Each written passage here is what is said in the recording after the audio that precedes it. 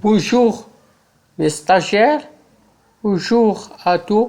On va voir avec vous le débat protectionnisme libre-échange. C'est une séquence de l'économie générale et statistique. On va pour aborder cette séquence, on va traiter deux points importants. Le premier point, c'est les arguments en faveur du protectionnisme. Le deuxième est les nouvelles formes du protectionnisme. Les arguments en faveur du protectionnisme. Le protectionnisme se traduit par un ensemble de mesures qui tentent à favoriser les actions nationales et à pénaliser la concurrence étrangère. Deux facteurs suscitent le protectionnisme. Premièrement, l'encouragement des activités promoteurs.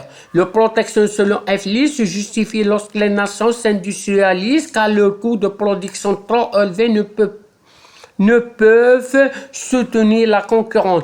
La même logique est applicable en période de mutation technologique. Le deuxième point qui suscite le protectionnisme, c'est la protection d'activités en difficulté. Le protectionnisme répond alors à des préoccupations sociales, maintenir le plein emploi de la main-d'œuvre nationale, sauvegarder les catégories socio-professionnelles.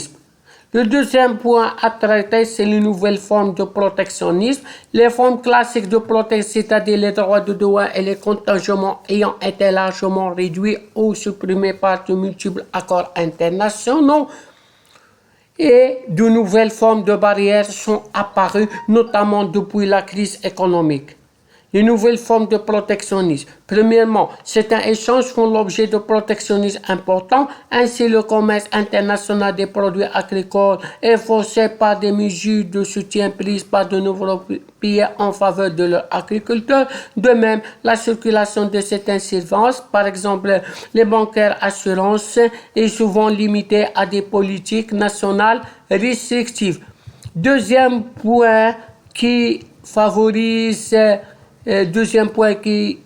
favorise les nouvelles formes de protectionnisme, la mise en place de barrières non tarifaires, par exemple les normes d'hygiène de sécurité bloquent certaines importations.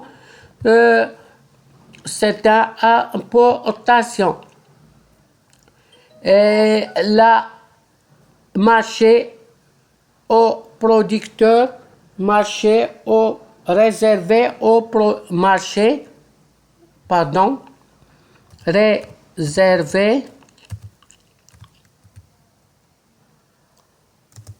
producteurs nationaux.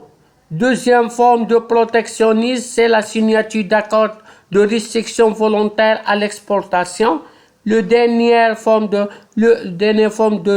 de protection, le développement des négociations bilatérales qui constituent une remise en cause des règles de GATT et en particulier du principe de non-discrimination dans la mesure où les accords 2 à 2 limitent les avantages aux seuls pays concernés. Mais si on va expliquer deux mots importants, conjointement limite annuelle quantité d'un produit dans un pays, dumping pratique qui consiste à essayer de soustraire des marchés aux concurrents en vendant au-dessous du coût de revient. Merci de votre attention. N'hésitez pas de poser les questions.